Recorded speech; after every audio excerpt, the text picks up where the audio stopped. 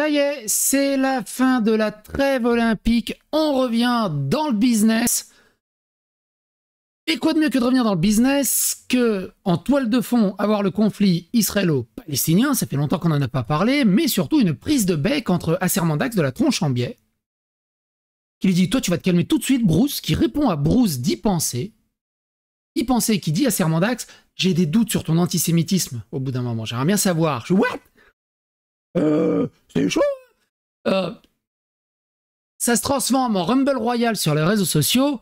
On va faire le tour de tout ça. On va essayer de comprendre cette prise de bec. Et t'as Nota Bene au milieu de tout ça. Il a un peu le singe, là, comme ça, en mode... il regarde de loin, mais... Où ça? Vous allez voir, c'est intéressant.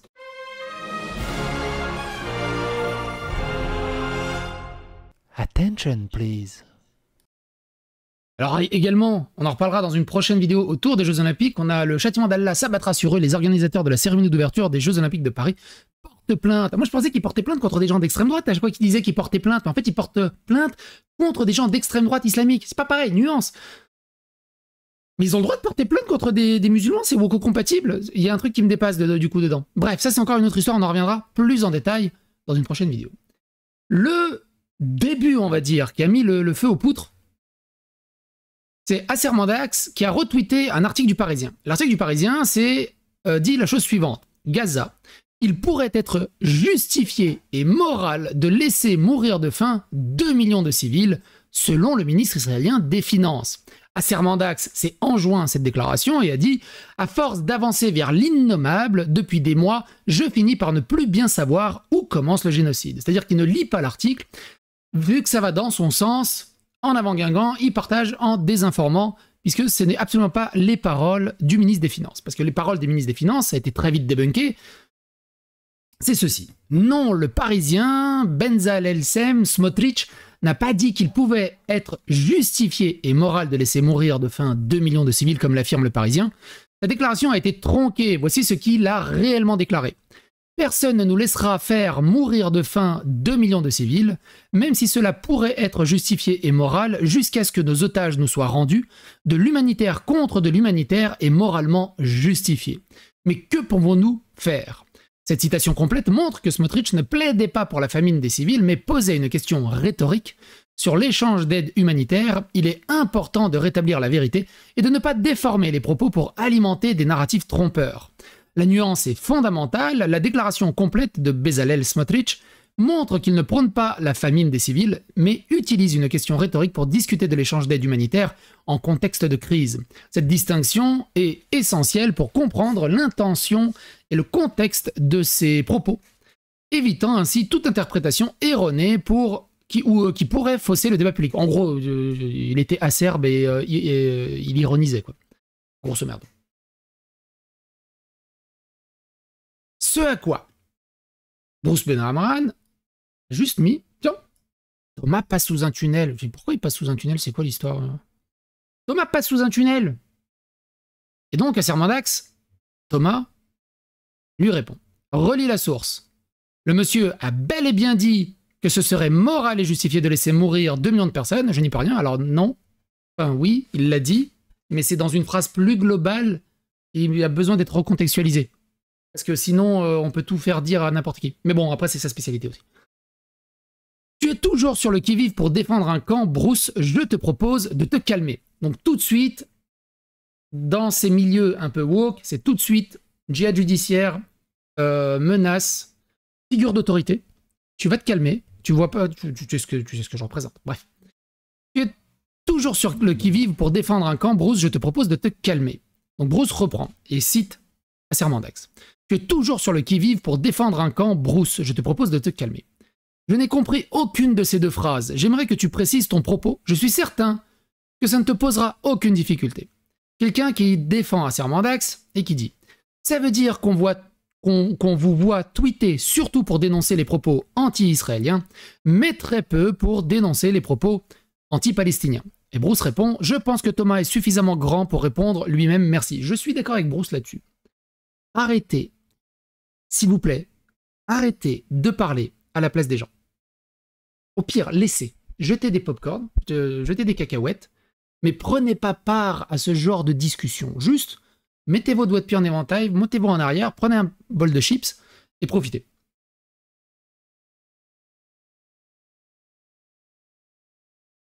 Bon, moi, je suis juste là pour rendre service, hein. Et Bruce répond, ah bon? Bah, tu peux peut-être me rendre service en m'expliquant qui est ce « on » dont tu parles et qui figure ton propos comme une affirmation qui ne source aucune nuance. La personne répond.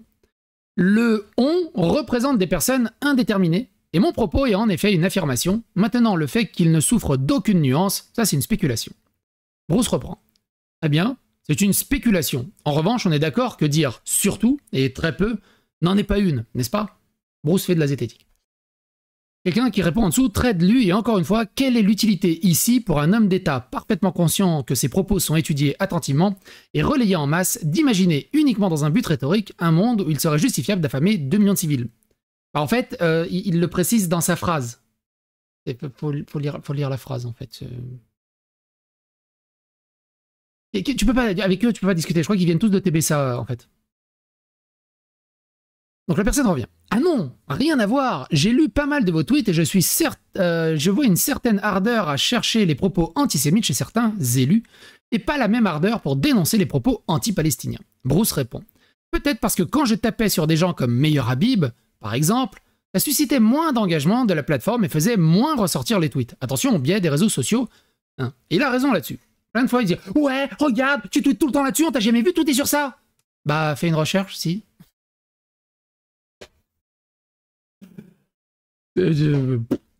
D'ailleurs, pardon, mes questions. Quel est le rapport entre lutter contre l'antisémitisme et combattre les propos anti-palestiniens? C'est quoi exactement le lien? Parce que pour moi, c'est comme si on disait, oui, vous luttez beaucoup contre l'homophobie, mais on vous, je crois que j'ai mis la suite après. Parce que lorsque vous tweetez sur les propos antisémites, ce sont surtout les gens qui défendent la Palestine. Ça les immunise contre l'antisémitisme? Il ironise. Quelqu'un d'autre qui dit, bon, après l'homophobie et le Yémen ne sont pas 2 pays en guerre. Je comprends l'invective, à prendre position c'est lourdingue, mais bon, il y a un petit lien quand même. Et Bruce qui répond, ah, l'antisémitisme est un pays en guerre. Et si jamais tu crois que le Yémen n'est pas en guerre contre les LGBT, il y a un petit lien quand même. Toi, au moins, je vois une discrimination dans ton angle mort. C'est signé. Beaucoup de termes zététiques. Hein. Je savais pas qu'il était aussi zététicien que ça, Bruce.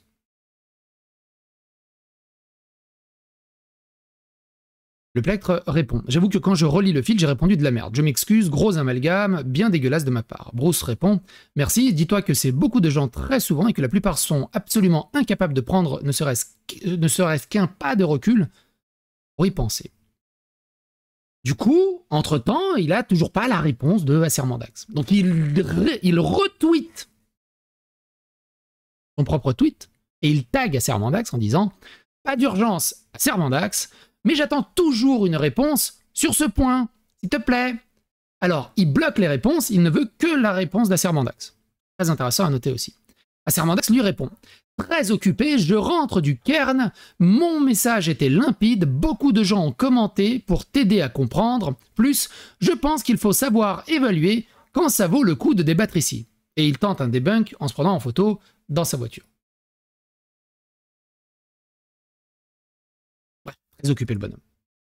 Bruce rajoute « Je ne te savais pas si élusif. Tu es libre de ne pas vouloir justifier tes propos, faute d'une clarification. Je n'aurai pas d'autre choix que deviner ce que tu as voulu dire, ce qui confirmera ce que je savais déjà à ton sujet concernant l'antisémitisme. » Il y a beaucoup de non-dits, hein. Moi, qu'est-ce qu'il fait pour me prévenir, j'achète combien de sachets de popcorn pour les semaines qui viennent là? Ou de chips? Oh, des tortillas. Oh, tortillas guacamole avec cette chaleur, ça va être cool. Bruce rajoute. Je te laisse maintenant ne pas écouter les concernés ou ne pas croire les victimes. Salut. Salut mon pote. Sermandax a répondu. Sermandax a répondu calmement à son ami, parce qu'ils étaient plutôt en bon terme. Je déconne, quand on le titille, il répond jamais en bon terme. Il dit ce que je savais déjà à ton sujet concernant l'antisémitisme. Alerte au Google, crazy alert. Et Bruce qui dit, y a pas un, c'est beau, la méthode. Un autre point qui est très important, qui est très intéressant aussi. Quelqu'un qui dit « Quel genre de démocratie fonctionne selon le précepte « Tu veux pas faire la guerre en tôle ?» Alors Bruce dit « Absolument toutes. » Oui. Enfin, oui, parce que ça s'appelle la désertion, et on est tous normalement appelables à la guerre, tous mobilisables. Et sinon, c'est une désertion.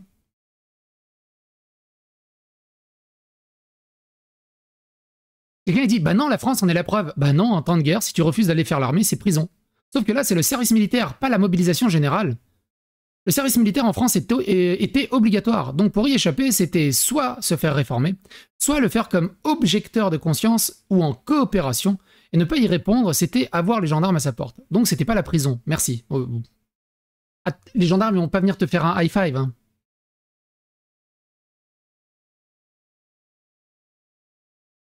Bah si, 3 ans en temps de paix, 10 ans en temps de guerre. 10 secondes de recherche Google. Tellement décevant, Brou. Oh mais ferme-la, c'est une dinguerie, le service militaire est pas obligatoire dans les 3/4 des démocraties. Mon petit nez me dit que non. Que c'est faux. Trop fort, ça pousserait à interroger le système de droite. Et la droite aime pas ça. J'allais dire que la bonne question, c'était lequel ne le font pas. Sauf pour les Palestiniens d'Israël, apparemment, ils doivent être spéciaux. Attends, donc tu penses encore sincèrement que Israël est en guerre et non pas en train de faire un génocide? Que ce soit service militaire ou être appelé, la sanction en cas de refus sont lourdes et qu'importe le pays.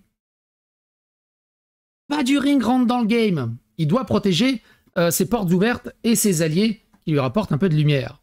Donc, il prend la défense, évidemment, de Yasser Mandax. Et il dit « J'ai parfois des différends avec Mandax, dont j'apprécie le travail par ailleurs. » Ça, c'est la pommade. Mais le traité d'antisémite parce qu'il critique le massacre et la déshumanisation des Palestiniens, c'est honteux. Et là, il a lâché toute sa communauté sur Bruce.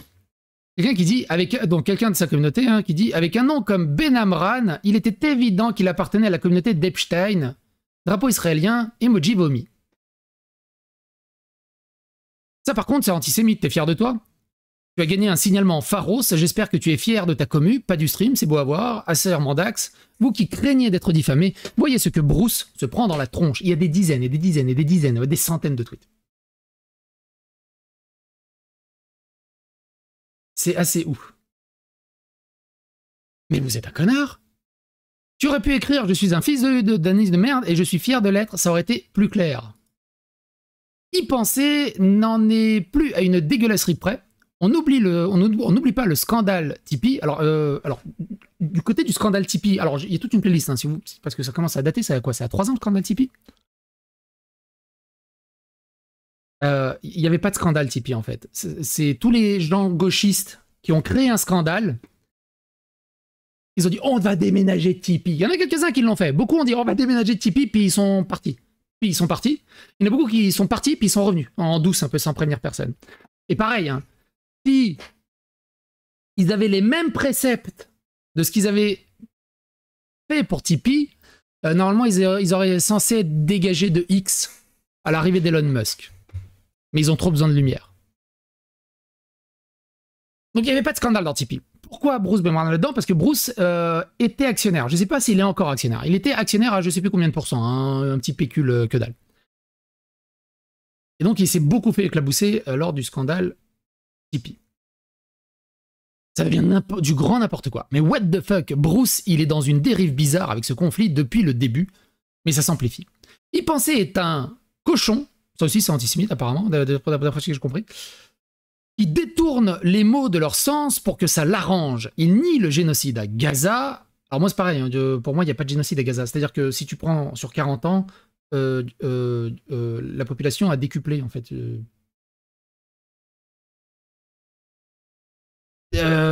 Faut qu'on revoie les termes de génocide au bout d'un moment.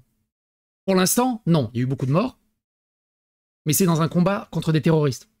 C'est même pas une guerre, en fait. C'est même pas genre la guerre Russie-Ukraine. C'est un combat contre les terroristes. C'est pas pareil. On est encore dans une autre optique. On a fait une vidéo hein, sur Israël-Palestine, on va pas revenir en détail. C'est un conflit très compliqué. Et Bruce Bemerman, justement, en parle juste après. Il est plus concerné, donc il connaît mieux le sujet. Donc vous allez voir ce qu'il va dire dessus, c'est assez intéressant aussi. Et donc, ils ressortent des tweets de Bruce. Les X sont les suivants. Il retweet Rima Hassan qui avait dit « Le gouvernement de Emmanuel Macron participe activement au nettoyage ethnique des Palestiniens ». Et Bruce dit « Là, on peut être d'accord que celui-là, ou toujours pas, j'attire votre attention sur la présence de l'adverbe activement ».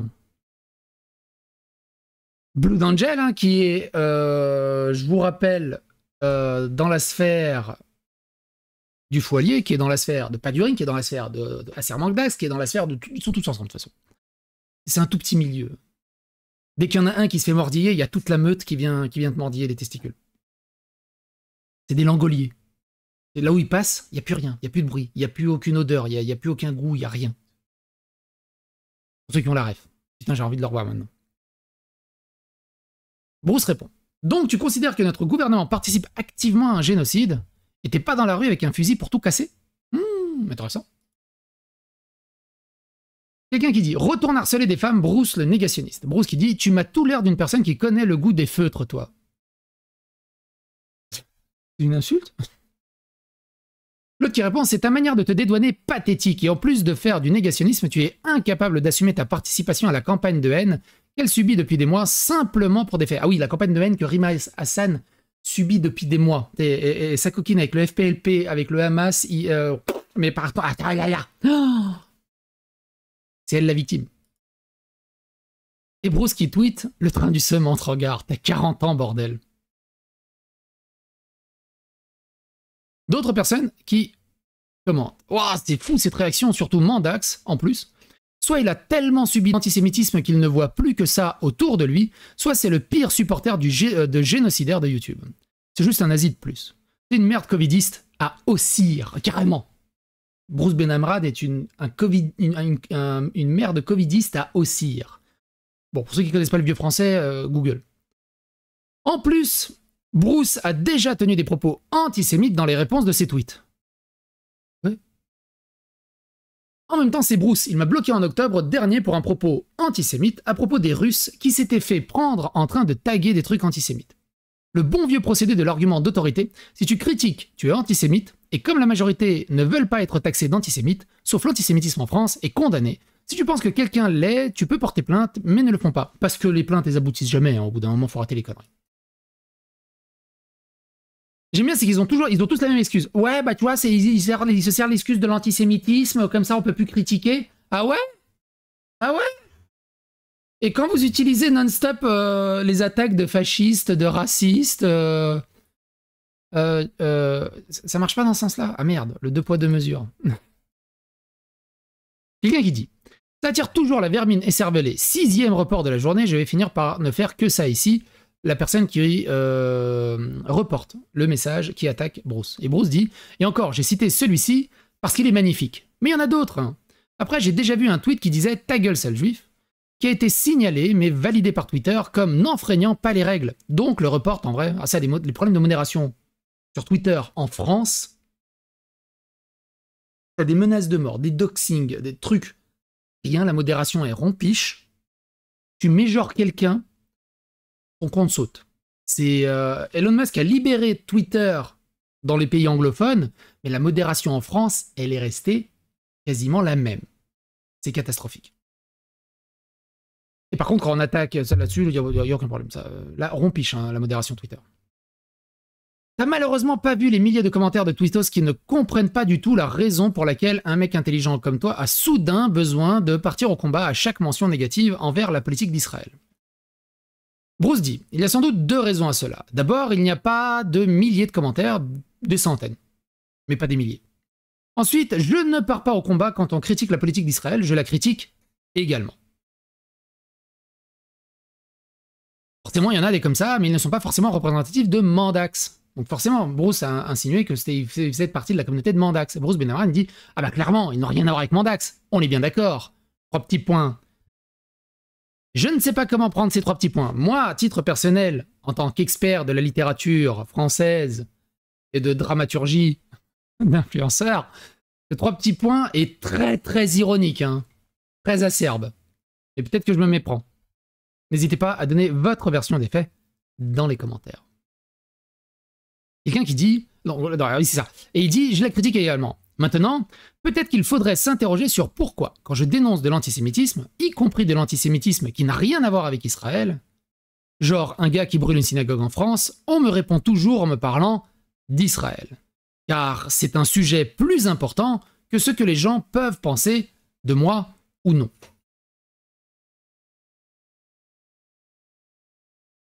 Quelqu'un qui dit, même si ce gars en particulier est clairement un trou du cul, le message où tu sous-entends de manière à peine voilée que Mandax serait antisémite vole pas bien plus haut. Et Bruce répond, je ne sous-entends rien du tout. Je dis la chose suivante, très précisément. Écoutez, j'aimerais bien avoir votre avis là-dessus. Il dit, j'ai un doute depuis longtemps sur l'antisémitisme ou non de Mandax. C'est balèze quand même. Moi je dis, faut que je bois un coup.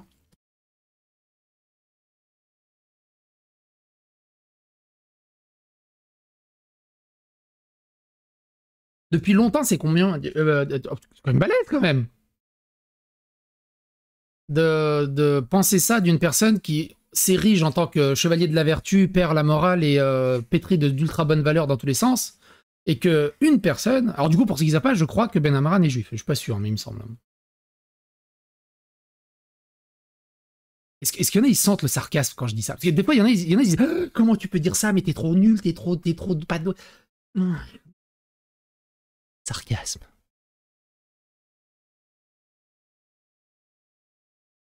Aussi, tu viens de TB ça? Eh ben... Bref. Bruce, quand même, qui dit hein, j'ai un doute depuis longtemps sur l'antisémitisme au nom de Mandax. C'est fou, c'est chaud quand même. Le propos qu'il tient à mon encontre et qu'il refuse d'expliciter peut relever de l'antisémitisme.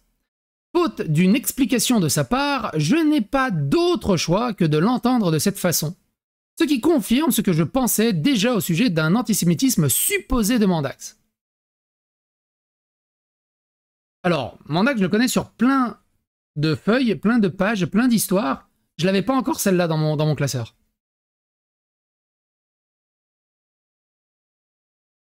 Même moi, je suis choqué. Je ne demande à personne de me croire, mais arrêtez juste 2 secondes de me faire chier, alors que vous ne me connaissez pas personnellement, et que vous ne le connaissez pas personnellement non plus. Être fan de quelqu'un ou de son travail n'a strictement aucun rapport. Quelqu'un répond. Encore un qui arrive à faire deviner juif sans le dire, donc il répond à l'attaque de Mandax, que Mandax, Epstein et tout ça. Et donc le gars reprend ce tweet et il répond ils sont trop forts au tabou. Moi j'ai eu droit à un nazi sans prépuce. Ce matin, les expressions de Maurice plaisent chez ces gens-là. Et nota bene qui met juste 3 petits points en mode, tu sais, le singe là. Oh. C'est vomitif. Belle démonstration du propos. Il ne se cache même plus. Encore un antisioniste pas antisémite. Un compte facile à faire supprimer vu ce qu'il poste à condition d'assez de signalement. Ah bah il va gagner au passage un tribunal seco. Quoi, tu as un nom pas très catholique? Quelqu'un d'autre qui dit, il répond à quelqu'un, mais le tweet a été supprimé. Il dit, c'est qui mes potes? Je crois que c'était toi et tes potes, je sais plus c'était quoi, mais encore une référence à Israël et blablabla. Quelqu'un lui répond, y penser, je trouve incroyable ce qui t'arrive sur Twitter.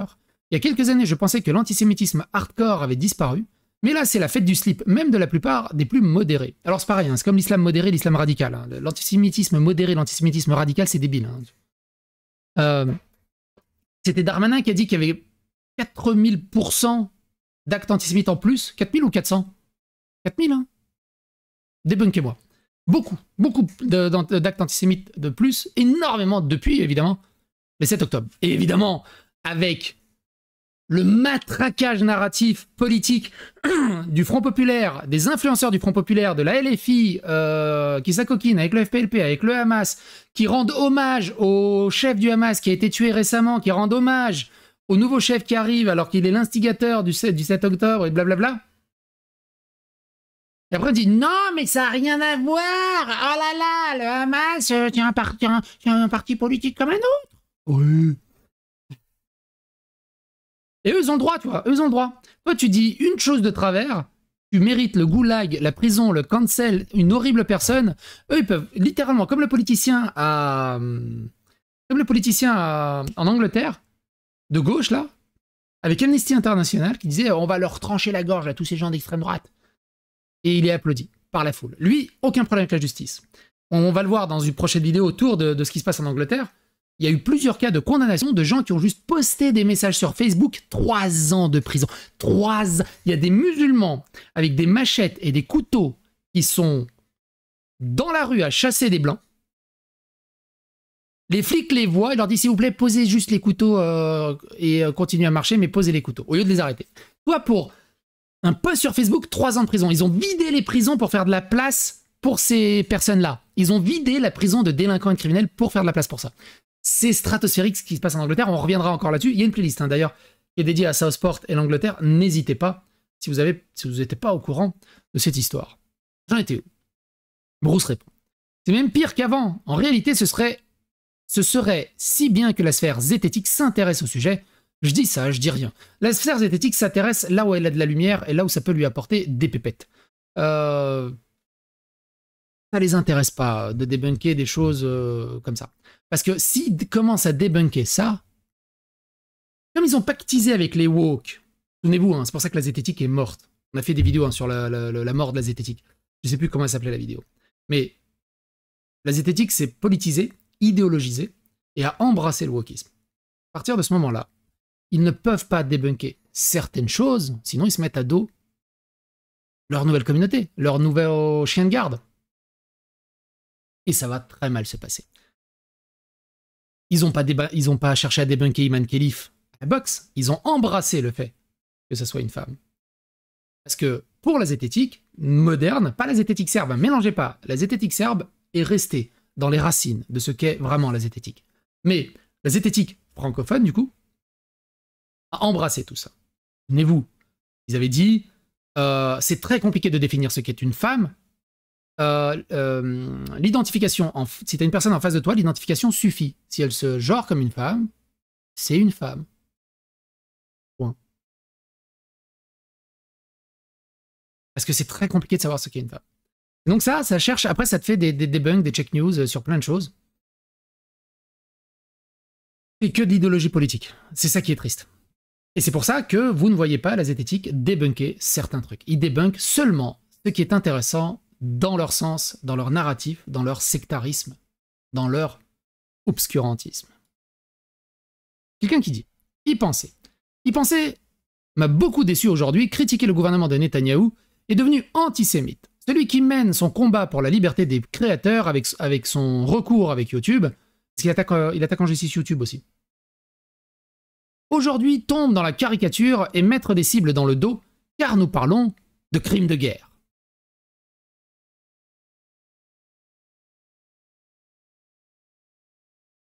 Aujourd'hui, il s'est totalement décrédibilisé de ses propos jugés haineuses. Voilà, y penser quand on défend la liberté de Charlie pour des caricatures et des critiques légales, et quand on s'attaque à sa propre foi tombée sur la victimisation immorale. Et j'étais un gars qui suivait toutes ces vidéos, et je suis tellement déçu de toi. Je sais que tu n'auras pas l'audace de répondre, car soit tu vas bloquer, soit dire que je suis antisémite, car tu n'auras pas le courage d'en débattre. Ce genre moi j'ai franchi plein d'étapes hein, dans ma vie sur les réseaux sociaux. Ce genre de message, moi je bloque direct, je me fais même plus chier maintenant. Bruce répond par contre. Ou alors je vais simplement te dire d'arrêter de dire de la merde, je n'ai jamais prétendu que critiquer le gouvernement de Netanyahou, c'est être antisémite. Je passe une bonne partie de mon temps à le critiquer moi-même. Sors de ta bulle filtrante, prends un peu de recul et reviens discuter si tu restes convaincu de ce que tu dis. La personne lui répond. Ça fait plusieurs mois que je vois tes posts catastrophiques dès qu'on parle d'Israël. Tu mets des doutes en disant un tel a des propos ambigus dès qu'on parle du massacre qui se passe à Gaza. Alors arrête ta mauvaise foi et arrête de te trouver victime à chaque fois. Ok, donc tu trolls. Il retweet quelqu'un et donne un extrait d'un journal qui est assez intéressant, qui dit « Pourquoi depuis quelque temps, moi qui suis juif, entre autres choses, qui n'en ai jamais vraiment eu rien à foutre, j'ai l'impression d'être de plus en plus obligé d'être juif, de réagir en tant que juif, de penser en tant que juif, en gros, d'être juif avant tout. Et pourquoi j'ai l'impression que des membres d'une minorité, presque comme les autres, ayant eu sa part de malheur au monde, je suis devenu membre de la caste dominante, tête de proue de l'oppression, de l'impérialisme et de l'injustice. Comme si être juif était devenu un truc vraiment trouble, vaguement suspect, possiblement détestable. Comment j'ai pu devenir aussi méchant en si peu de temps? Moi, j'ai vécu un truc similaire. Moi, pour ceux qui ne savent pas, moi, je suis d'origine serbe. Vous le savez, la guerre de Yougoslavie, On était 5 cousins, on s'est fait la guerre, parce qu'il y en a un qui a reculé la maman de l'autre. Et du coup, on s'est fait la guerre, on a tous divorcé, ça donnait 5 pays. Il y a eu beaucoup de choses, hein. Mais grosso merdo, dans le narratif officiel de l'histoire avec un grand H, c'est les Serbes qui étaient les grands méchants. Vraiment les gros méchants. Et du coup, bah, quand c'était en pleine période de guerre, par exemple, moi j'ai subi ce truc où j'étais obligé d'être un Serbe, j'étais douteux, personne ne me faisait confiance, et le plus gros, le truc le plus qui me faisait chier à cette époque, c'est que au plus haut de la vague anti-serbe qu'il y avait, c'est que il y avait, dans tous les FIFA qui sortaient, il n'y avait plus l'équipe de Serbie. Il y avait la Croatie, il y avait la Bosnie, la Serbie était out. Et ça continue encore maintenant de temps en temps. Tu as tapé la Serbie, comme ça. C'est un truc de dingue. C'est un truc de dingue.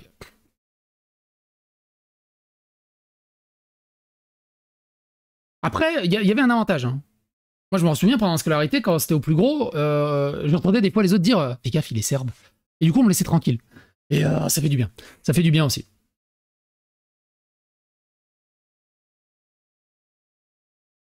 Il s'est rien passé le 7 octobre, peut-être?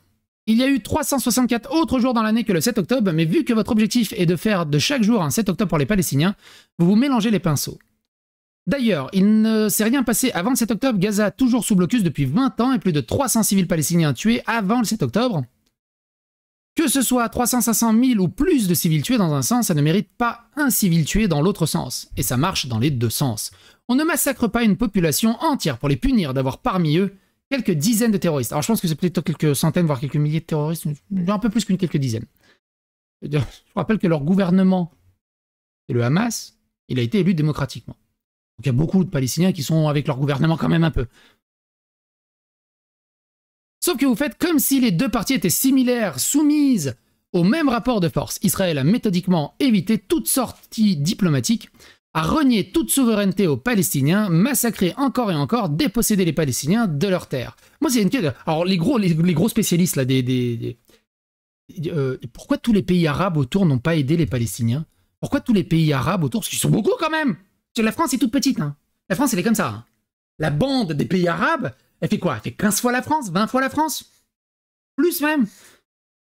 Pourquoi ils les ont pas hébergés, les Palestiniens? Pourquoi ils les ont pas aidés? Je veux dire, Gaza, c'est comme ça. Hein. C'est très grand, Gaza, mais c'est pas... C'est une... Ça va.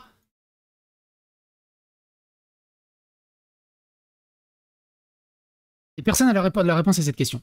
Parce que du côté de l'Égypte, il y a un énorme mur pour éviter que les Palestiniens fuient. Pourquoi? Donc oui, vous avez raison, un mort restera toujours un mort de trop, sauf que la compréhension et la sortie du conflit ne se fera ne se fera pas sur des belles paroles, mais sur des décisions politiques. Fin du blocus et de la colonisation, dédommagement massif, droit au retour des réfugiés. Pareil, je vous invite vraiment, moi j'ai survolé Gaza plusieurs fois en hélicoptère, dans Flight Simulator, allez regarder, de votre côté. C'est gigantesque, c'est gigantesque. Dissolution d'Israël, quoi, jamais. Donc quelqu'un qui dit arrêtez de coloniser, c'est démanteler Israël. Vous ne savez pas lire. Et Bruce donc reprend. Pas du tout. La preuve, Gaza a été décolonisé depuis 2005, je crois. En revanche, j'ai raté la partie de la discussion où on se pose la question de la responsabilité égyptienne. Bah oui, parce qu'ils sont pas tout seuls au final, les autres. Isaac qui dit il y a 900 000 Israéliens dans la zone de Judée-Samarie administrée par Israël, principalement parce que l'immobilier y est bon marché. Il est trop tard, les Palestiniens ont raté le coche d'une paix raisonnable. Bruce qui rajoute, ce sont vraiment deux sujets différents. Mais pour ce qui est du second, ce n'est pas que les Palestiniens ont raté le coche, c'est qu'ils n'ont pas souvent été protégés par des gens qui souhaitaient la paix, même indépendamment de ce qui se passe à Gaza depuis le 7 octobre. Isaac reprend. Et pas les civils israéliens? Souvenez-vous de la période affreuse de la seconde intifada déclenchée par Arafat. Bruce reprend. Pardon. Mais de fait, les civils israéliens prennent moins cher que les civils palestiniens. C'est juste un fait. Et je dis ça en ayant moi-même assisté à 2 attentats à la bombe en Israël et en ayant perdu des amis proches lors d'un 3e, à Natania, en 2002.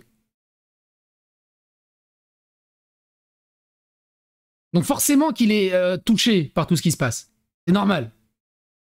Il l'a vécu. Il l'a vécu. Moi, j'ai vécu les bombardements en Serbie.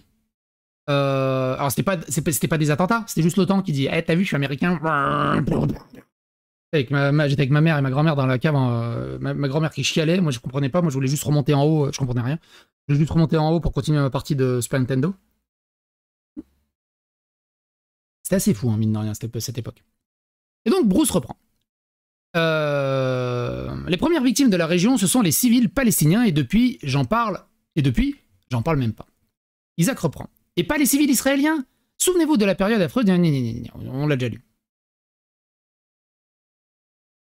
By the way, l'attentat en question, celui de 2002, c'est un gars avec une ceinture d'explosifs qui se fait sauter. C'était revendiqué par le Hamas, juste pour que ça soit clair.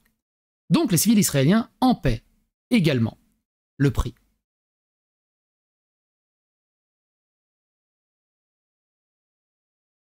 Quelqu'un qui dit forcément il y en a des comme ça, mais ils ne sont pas forcément représentatifs de... Ah oui, on l'a lu aussi. Et encore, j'ai cité ce tweet-là. Donc le tweet, hein. T'as malheureusement pas vu les milliers de commentaires. Il y a des milliers de... Non, ça on l'a lu. Pardon. Je l'ai mis 2 fois. Dissolution d'Israël, quoi. Jamais. Arrêtez de coloniser, c'est démanteler Israël. Vous ne savez pas lire apparemment. Bruce reprend. Pas du tout. La preuve, Gaza a été décolonisé depuis 2005. Ça, on l'a vu. En revanche, j'ai raté la partie de la discussion. Ah non, j'ai compris. T'as fait un truc de filou, c'est pas bien. Le tweet évoquait la décolonisation, mais également le droit au retour des dédommagements massifs. Et toi, tu n'as cité que la décolonisation. C'est pas Jojo. Et donc la personne lui répond. C'est difficile de parler de tous les sujets en même temps quand on est limité en caractère parce qu'on n'a pas la coche bleue. Aussi, tu peux trouver ça filou, j'ai choisi de parler de la partie du sujet qui me semble la plus importante. Alors c'est toujours pareil, hein. Parler à l'écrit de ce truc, de ce genre de sujet très compliqué, c'est un enfer. Ça peut jamais finir bien. Ça peut jamais finir bien. Je parlais de décolonisation. Rendre les terres qui ont été volées, ce serait vraiment pas mal comme premier pas pour apaiser la région. Alors c'est pareil, on tombe de temps en temps sur Israël et un bout de la Palestine sur GeoGuessr. Je sais, moi, à titre personnel, je comprends même pas pourquoi ils se font la guerre depuis 80 ans. Ok, c'est une terre sainte, Dieu il a dit va te mettre là, c'est génial. Il y a que du sable. Il y a rien qui pousse. Il y a rien qui pousse. Tu prends une poignée de sable, tu sais, ça va être quoi dans 100 ans? Du sable. Barrez-vous. Allez dans des endroits où il y a des trucs qui poussent. Pourquoi vous faites la guerre? Ils se font la guerre depuis 80 ans pour un bac à sable. Bon, il y a peut-être du pétrole. Mais franchement, est-ce que... Franchement, ok, t'es riche sous tes pieds, mais tu vis dans un désert... Quel enfer! Quel enfer! Encore si t'es dans un endroit un peu verdoyant. Mais là... même pas. Rien que ça, rien que là-dessus. Rien que là-dessus. Arrêtez de vivre là! En fait, j'en étais où? Bruce reprend. Déjà, tout le monde n'est pas d'accord sur quelles terres ont été, comme tu dis, volées, uniquement depuis 67 ou depuis 47, selon certains. Que ceux qui disent de la rivière à la mer, ça veut dire 1947. La personne reprend. Je ne m'y connais pas trop, mais je crois que lorsque l'État d'Israël a été créé, des terres lui ont été attribuées. C'est après qu'ils n'ont cessé de s'étendre de manière injuste et peu illégale. Et Bruce reprend. Non. Une terre a été attribuée à Israël et une terre à la population palestinienne. Mais les pays autour, je te le fais très très simplifié, hein, ont chauffé les Palestiniens pour dire « c'est chez nous ! Ne vous laissez pas faire, on veut pas de juifs dans la région. Et vous inquiétez pas, on vous soutiendra en cas de conflit. » Il y a eu conflit, mais il n'y a pas eu soutien. C'est la guerre de 1948. Celle dont on n'a pas vraiment clair, dont on n'est vraiment pas clair pour savoir si et quand elle s'est terminée. La Cisjordanie, donc ça c'était l'ancien pays, maintenant c'est la Transjordanie, parce qu'ils se sont wokisés avec le temps. La Cisjordanie et Gaza, à la base, ce sont des territoires de réfugiés que le pays autour, donc la Jordanie, donc ça c'est tous les trans sont partis de la Cisjordanie. Moi je vais arrêter avec cette blague. Égypte, Liban, Syrie n'ont pas voulu accueillir. Au risque de me répéter, il y a 2 choses à toujours avoir en tête au sujet d'Israël et des Palestiniens. C'est plus compliqué que ce que vous pensez, et les civils palestiniens prennent cher. Je trouve que c'est assez intéressant. Je trouve que le débat, mine de rien, est assez intéressant. J'espère que cette vidéo vous a plu. N'hésitez pas à liker, clocher, vous abonner, faire rayonner la psychosphère autour de vous, donner vos avis dans les commentaires. Vous pouvez également rejoindre la chaîne. Si vous voulez devenir membre, vous êtes bientôt 300... Non, vous avez dépassé les 300 membres, mine de rien. J'aurais dû dire ça plus en début de vidéo qu'à la fin, parce que qui regarde mes vidéos jusqu'au bout? Je sais que je suis beau gosse. Ça, je le sais. Malheureusement, je suis marié. Et du fait que je sois marié, beaucoup moins de gens regardent les vidéos jusqu'au bout. Ou alors, comme on est déjà à 40 minutes de vidéo, ils ont fini depuis longtemps, en fait. Et du coup, bah, ils perdent tout intérêt à me regarder. Bref, portez-vous bien.